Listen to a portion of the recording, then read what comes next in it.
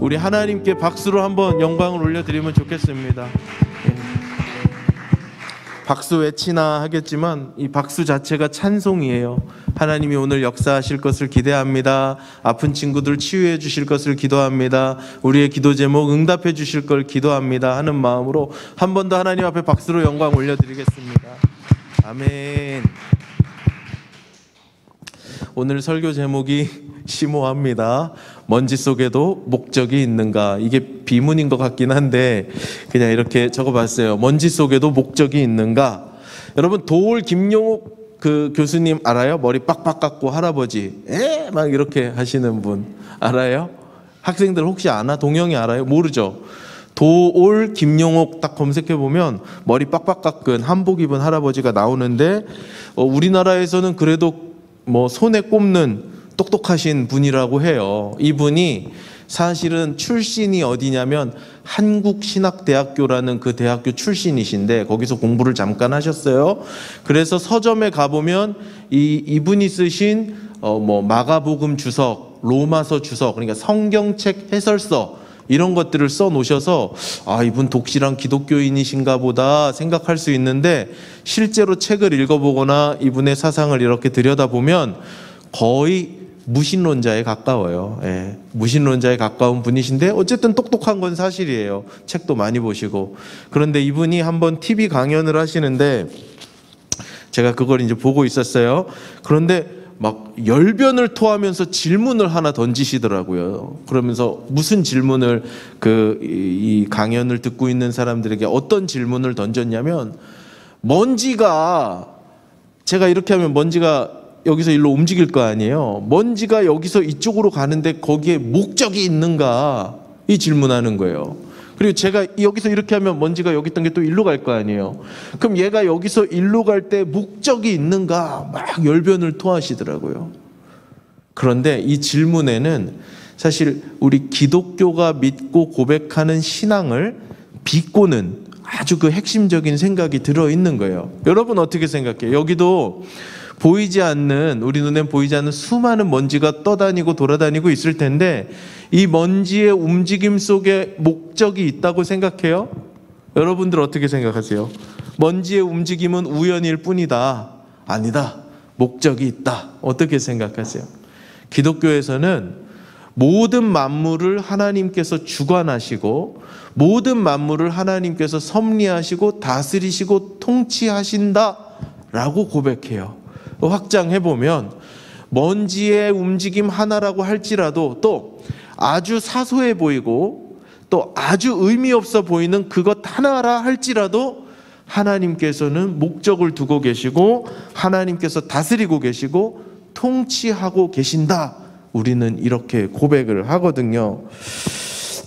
자, 이게 우리 기독교의 신앙 고백인데요. 여러분 정말 먼지 속에 목적이 있다고 생각하세요? 민서가 너의 앞에 있는 그 먼지 속에 목적이 있다고 생각하니?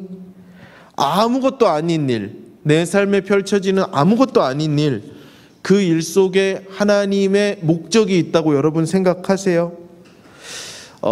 좋은 일에는 목적이 있다고 생각하기 쉬워요. 수능을 봤는데 내 평소 모의고사 점수보다 뭐 50점이 더 나왔다. 하나님이 나를 특별히 인도하시는구나 이렇게 생각하지만 나에게 재앙 같은 일이 찾아오고 나쁜 일이 찾아왔을 때 그 일에도 목적이 있다 이렇게 생각하기란 쉽지 않죠. 바로 오늘 이런 얘기를 한번 해보려고 하는데요. 예수님이 하루는 제자들과 길을 가시다가 성전 근처 어디에서 일어났던 일이에요. 길을 가시다가 맹인 한 사람을 만납니다. 요즘은 맹인이라고 해도 되나 안 되나 모르겠어요. 시각장애인, 눈이 안 보이시는 분을 한 분 만났는데 성전 앞에서 그분을 만났는데 제자들이 물어보는 거예요. 예수님, 이 사람이 눈이 먼 게, 눈이 안 보이는 게 부모님의 죄 때문에 그렇습니까? 이 사람 죄 때문에 그렇습니까? 그러면서 예수님이 그거는 죄 때문이 아니라 하나님이 하실 일을 나타내기 위해서 하나님의 특별한 목적 가운데 있었던 일이다. 이런 대화를 하는데요. 여러분 이 이야기 오늘은 3절, 이 이야기는 원래 더 길게 이어지는데 오늘은 딱 3절까지 지금 말했던 딱 거기까지만 한번 생각해 보며 은혜를 나누기를 원해요. 자, 예수님과 제자들이 길을 가는 중이에요. 성전 앞에 맹인이 한 사람 앉아 있어요. 근데 이 맹인은 태어날 때부터 맹인이었다라고 성경이 이야기해요. 남자였고요. 여러분, 요즘은 장애인들에 대한 사회적인 시선이나 아니면 장애인들에 대한 복지나 굉장히 향상되어 있죠. 우리나라가 선진화되어 있어요. 그럼에도 불구하고 장애인의 몸으로 세상에 나간다는 것은 쉬울까요? 어려울까요? 어려워요. 세상에 나가서, 사회에 나가서 내가 주체적으로 내 인생을 살아간다는 건 오늘날 같이 선진화된 사회에서도 굉장히 문명화된 사회에서도 쉬운 일이 아니에요. 그렇다면 2000년 전 고대 사회는 어땠을까요? 상상도 할 수 없는 일이에요. 장애인으로 내가 주체적으로 내 인생을 살아간다? 이건 2000년 전에는 상상도 할 수 없었던 일이에요. 그래서 이분은 성전 앞에 앉아서 뭘 하느냐? 구걸을 했어요. 왜 성전일까? 성전에 오는 사람들은 마음이 그래도 좀 따뜻하거든요. 그러니까 성전은 장사가 잘 되는 곳이에요. 구걸이 잘 되는 곳. 사람들이 동전을 잘 던져주는 곳. 그곳이 바로 성전이었어요. 성전에 오는 사람들은 아무래도 잘 베풀어 줄 거라고 생각하니까 거기 앉아 있는 거예요. 이 아저씨가. 이 사람은 태어날 때부터 맹인이라고 성경이 그랬는데, 여러분, 태어날 때부터 맹인이라는 것은 어떤 의미일까 묵상을 해봤는데 두 가지 의미가 있어요. 첫 번째는 태어날 때부터 맹인이라는 건 뭐예요? 단 한 번도 본 적이 있다 없다? 없다. 태어나면서부터 맹인이라는 거는 태어나서 단 한 번도 본 적이 없다는 거예요. 우리로서는 상상도 안 되는 일이죠. 잠깐 눈을 감아도 이렇게 답답한데 그냥 이 상황으로 태어나서 지금까지 계속 있는 거예요. 단 한 번도 1초도 1분도 뭘 본 적이 없는 사람이에요. 절망을 안고 태어난 사람이죠. 태어나면서부터 그냥 절망을 껴안고 살았어요. 남들에게는 너무나도 당연한 이 시력이라는 것이 이 사람에게는 단 한순간도 주어지지가 않은 거예요. 남들은 노력하지 않아도 얻은 거예요. 남들은 노력하지 않고 뭘 성취하지 않아도 당연히 누리는 이것이 이 사람에게는 기적 같은 일인 거죠. 나에게는 남들에게 당연한 것이 너무 어려운 일인 거예요. 자, 이런 사람이 바로 날 때부터 맹인이라는 사람이에요. 나에게는 남들 다 있는 게 결핍되어 있는 거예요. 남들은 그냥 일상적으로 누리는 게 나에게는 기적이 일어나야만 누릴 수 있는 사람. 그게 날 때부터 맹인된 사람이에요. 두 번째, 날 때부터 맹인되었다는 것의 의미는 뭘까?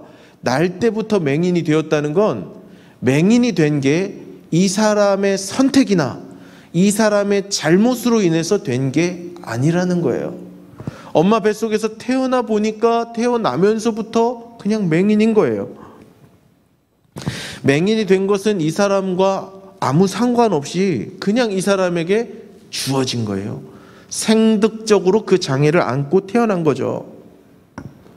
맹인이 된 것은 이 아저씨의 선택도 이 아저씨의 잘못도 아니었어요.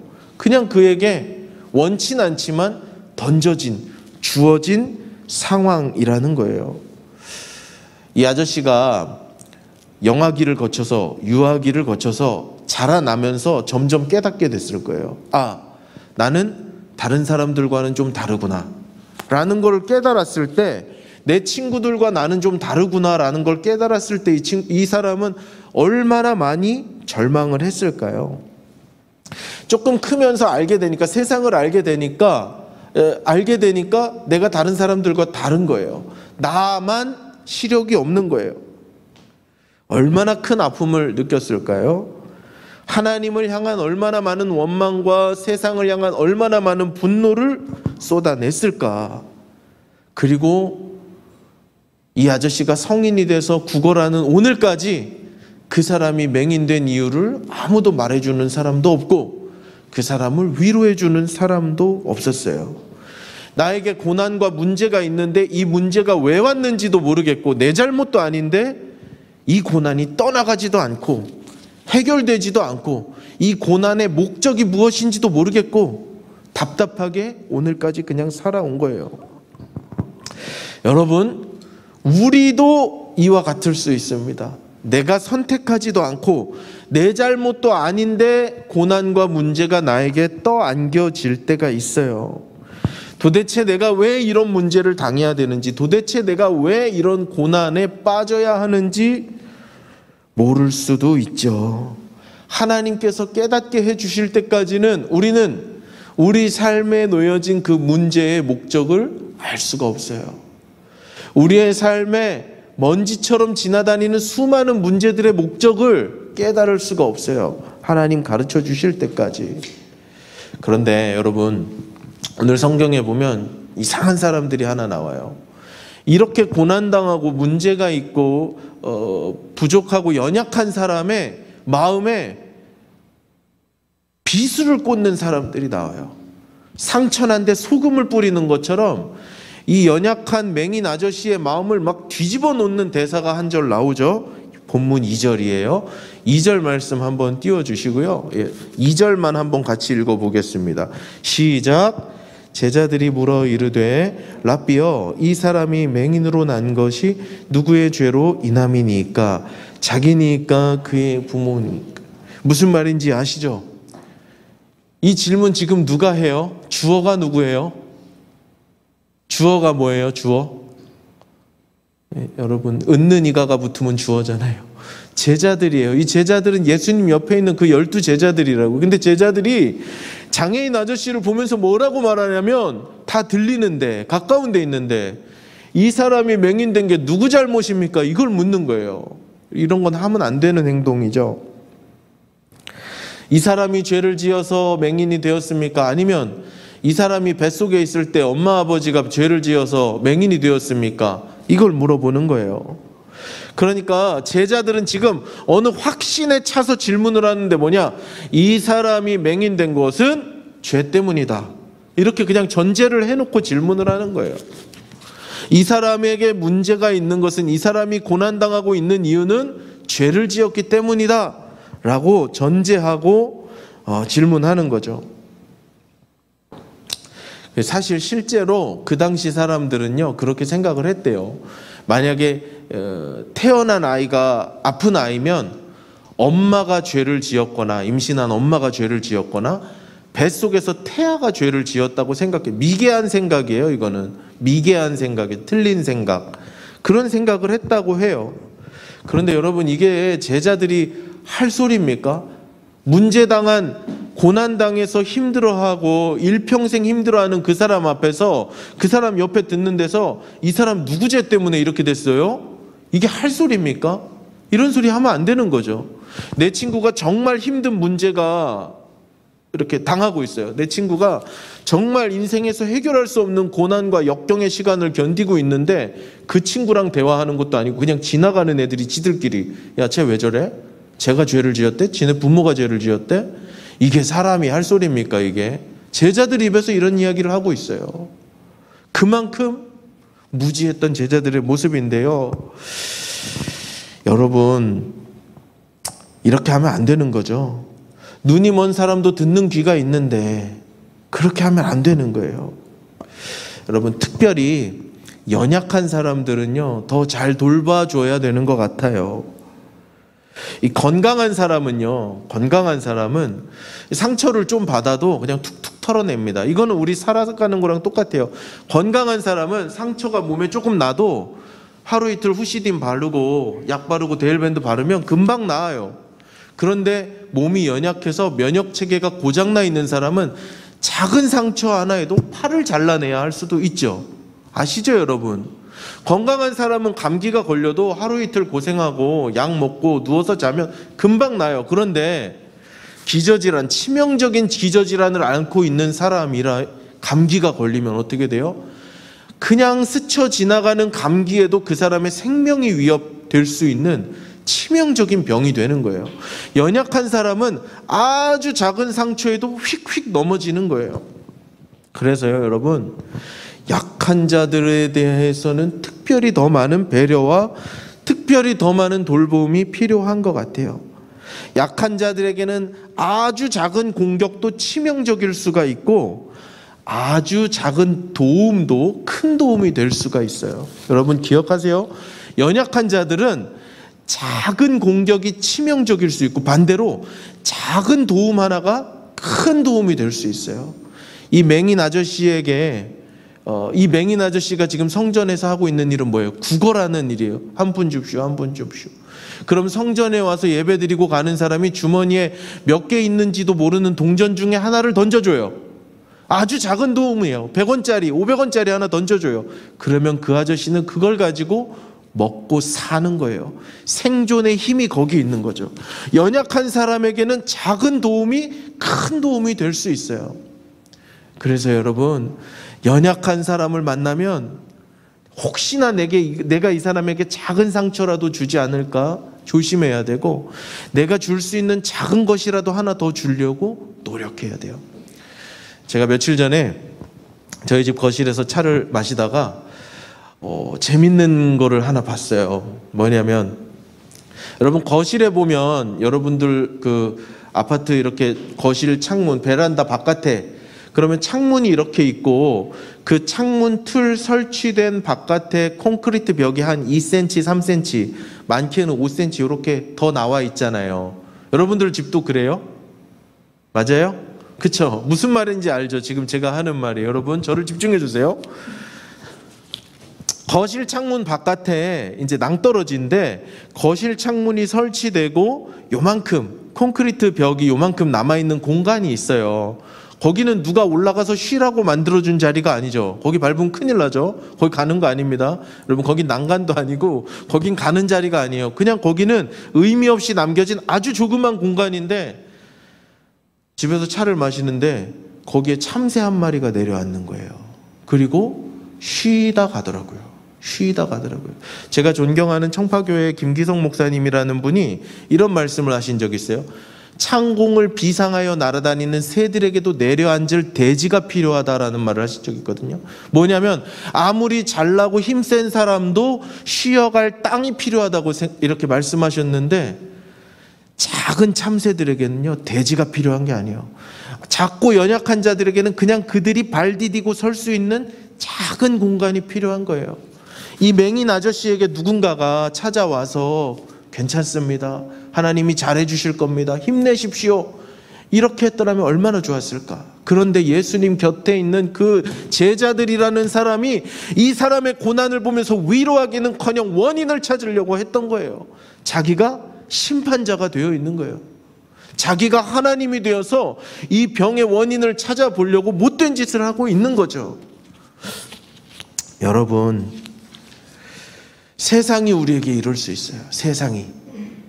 우리가 문제를 당하고 내가 어떻게 할 수 없는 고난을 당하고 문제에 빠져서 허우적거리고 있는데, 난 태어나서 단 한 번도 눈을 떠보지도 못한 정말 연약한 사람인데, 나의 아픈 상처가 있고 해결되지 않는 문제가 있고 하나님께서 응답하시지 않는 그 아픔이 있는데, 뭣도 모르는 사람이 옆에 와가지고 야, 넌 그건 그래서 그런 것 같아, 저래서 그런 것 같아. 그 다 헛소리입니다. 여러분 그런 얘기 들을 필요 없어요. 그런데 너무너무 감사한 건 뭐냐면, 그렇게 철없고 생각 없고 뇌가 없는 제자들이 그런 질문을 할 때 예수님은 이렇게 대답을 하세요. 본문 3절의 말씀을 함께 읽어보겠습니다. 본문 3절이에요. 시작. 예수께서 대답하시되 이 사람이나 그의 죄로 인한 것이 아니라 그에게서 하나님이 하시는 일을 나타내고자 하심이라. 그에게서 하나님이 하시는 일을 나타내고자 하심이라. 제자들은 맹인 아저씨를 보면서 죄의 원인을 찾으려고 했어요. 그리고 그 죄의 원인이 부모에게 있는지 이 사람에게 있는지, 이 맹인된 것이 사람의 문제라고 생각했던 거예요. 이 문제가, 이 고난이 사람 때문에 일어난 것이라고 생각했어요. 예수님의 관점은 완전히 다르죠. 아니, 이건 사람의 문제가 아니야. 하나님의 문제인 거야. 하나님이 목적이 있어서 만들어 두신 거야. 이것을 통해서 하나님께서 하실 일이 있는 거야 라고 응답하셨습니다. 사건의 실마리가 사람에게서 하나님께로 옮겨지는 거죠. 예수님은 이 맹인 아저씨의 모습 속에서 하나님의 영광을 바라보고 있었던 거예요. 제자들은 그 문제에 집중하고 문제의 원인을 찾으려고 하고 누군가 하나 고발하려고 죄인을 찾으려고 할 때 예수님은 그 문제 안에서 앞으로 일하실 하나님의 영광을 바라보고 계셨던 거예요. 사랑하는 여러분, 여러분들이 당면하고 있는 그 문제들 속에서 하나님의 영광을 미리 내다볼 수 있는 영안이 열리기를 주님의 이름으로 축복합니다. 내가 문제를 당할 때, 내가 고난을 당할 때, 내가 태어나면서부터 맹인된 사람처럼 내가 핸들링할 수 없는 문제를 끌어안을 때 그것을 통해서 하나님이 나에게 놀라운 역사를 행하실 것이다 라는 담대한 믿음이 있기를 바라요. 여러분 앞에 놓여있는 문제가 무엇입니까? 여러분들이 등에 짊어지고 사는 그 문제가 뭐예요? 사람은 저마다 제각각 인생의 짐이 있어요. 자기 십자가가 있어요. 어리다고 없지 않아요. 예. 전도사님 집에 이제 막 태어난 영아가 있는데 걔도 이렇게 보면 이제 불과 100일도 안 되고 며칠 안 된 애기인데 걔도 나름 힘들어요. 누워있으면 힘들고 트름 잘 못해서 우유 뱉고 기저귀 안 갈아주면 그 인생의 짐인 거예요. 인생은 누구나, 사람은 누구나 다 저마다 짊어지고 가야 할 자기 인생의 짐과 무게와 문제가 있다고요. 여러분들에게 있어서 그 문제는 뭐예요? 당면한 입시의 문제일 수 있어요. 아무리 기도해도 해결되지 않는 우리 집안의 문제일 수 있어요. 나의 핸디캡일 수도 있어요. 그런데 여러분, 그걸 보면서 이거 도대체 왜 이래? 불평하지 마시고 하나님이 이것을 통해서 나를 단련하실 거다. 하나님이 이것을 통해서 나를 단련시키시고 하나님의 영광을 나타내 주실 것이다. 기대하고 소망하는 우리가 되면 좋겠어요. 성경에 훌륭한 레전드들이 있어요. 우리 리그 오브 레전드 하고 있잖아요. 1년째. 성경의 레전드들 중에 레전드줄 중에 문제 없던 사람이 누가 있어요? 아무도 없어요. 다 문제를 안고 살았던 사람들이에요. 그러나 그 문제 속에서 일하시는 하나님을 발견했던 사람들이죠. 아브라함, 리그 오브 레전드, 레전드 같았던 아브라함, 아빠가 우상 파는, 귀신 파는 장수 아들이었어요. 요셉은 어땠어요? 형들이 노예로 팔아 넘긴, 가족들에게 배신당해서 노예로 살던 사람이 요셉이었어요. 여러분, 모세는 어땠어요? 모세는 엄마가 태어난 지 3달 만에 강에 버린 애가 모세였어요. 사무엘은 어땠어요?